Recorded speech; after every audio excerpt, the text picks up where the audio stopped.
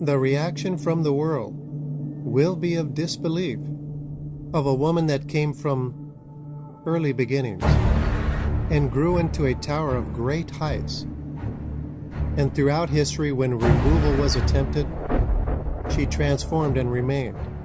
The prophets pleaded with men to come out of her, take no part in her, and their warnings were not heeded, and their voices were silenced. Now at last that great city that was clothed in fine linen and decked with gold and precious stones and pearls, in 1 hour she is made desolate. A eulogy from the Father was prepared for her to be presented, but any writings pointing to her were removed, the markers cut down, leaving no place to dig. Today the landmarks are restored. In Revelation 18:11, the merchants of the earth shall weep and mourn over her, for no man will buy their merchandise anymore. In the following verses 12 and 13, what appears to be all manner of wealth and riches is a beautiful distraction that kept men from searching beneath the rubble. Beginning from the top of verse 12, the letter begins in Greek as the employed articles of coin. You are of the reputation of money. The next word, pearls, means their understanding. It is their formed necklace that becomes the millstone around their neck, and it sinks them. From here, the markers begin to be removed to the word fine linen. They used a Hebrew reference because they did not like the Greek meaning. It means something disgusting, used especially towards the smell of idols. It is the word stink. In Hebrew, they chose the word linen. Forward or backwards, this was marked as a red flag for removal. The next words, purple and silk, in Greek mean it is a stained pile or a heap. Now this is the accurate condition of their cloth, replaced by the word silk, and another red flag. This really complements the saying, they made silk from a sow's ear. This abuse of Greek is found all throughout Revelations, but for now I'll stick to the letter. It continues at thine wood, which means your fire is kindled.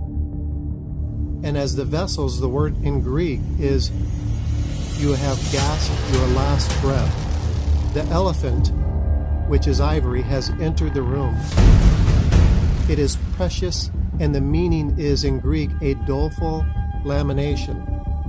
The next three elements paint the picture of destruction upon her.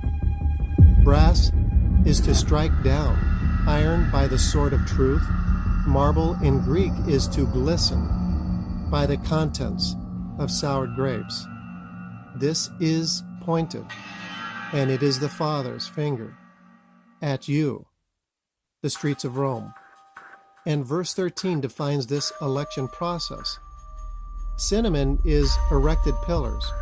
Odors and ointments are the fumes that have risen to the Father, and he says they are bitter. Frankincense is identified as the white smoke, meaning he did not choose these men. The next word, wine, in Greek is the branch that is removed. It is Peter. And no oil will be received from this tree. The verse continues, with no finned flour or wheat, there is no harvest, something well favored by the Father. And the next three words of beast, sheep, and horses is what becomes of their flock. It reads in Greek, as acquired possessions, the flock by force are removed. This in the word chariots. It is the work of the Leviathan. The verse ends, they are enslaved souls of men. And verse 14 finishes this letter. The word fruit in Greek is to be taken back. That thing that they lusted for. It is the radiance and fatness of the immortal soul.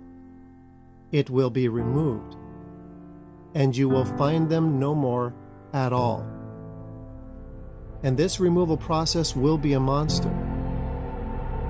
When the behemoth enters in, the pillars will begin to tremble. The mountain goats will begin entry, and eternity begins here.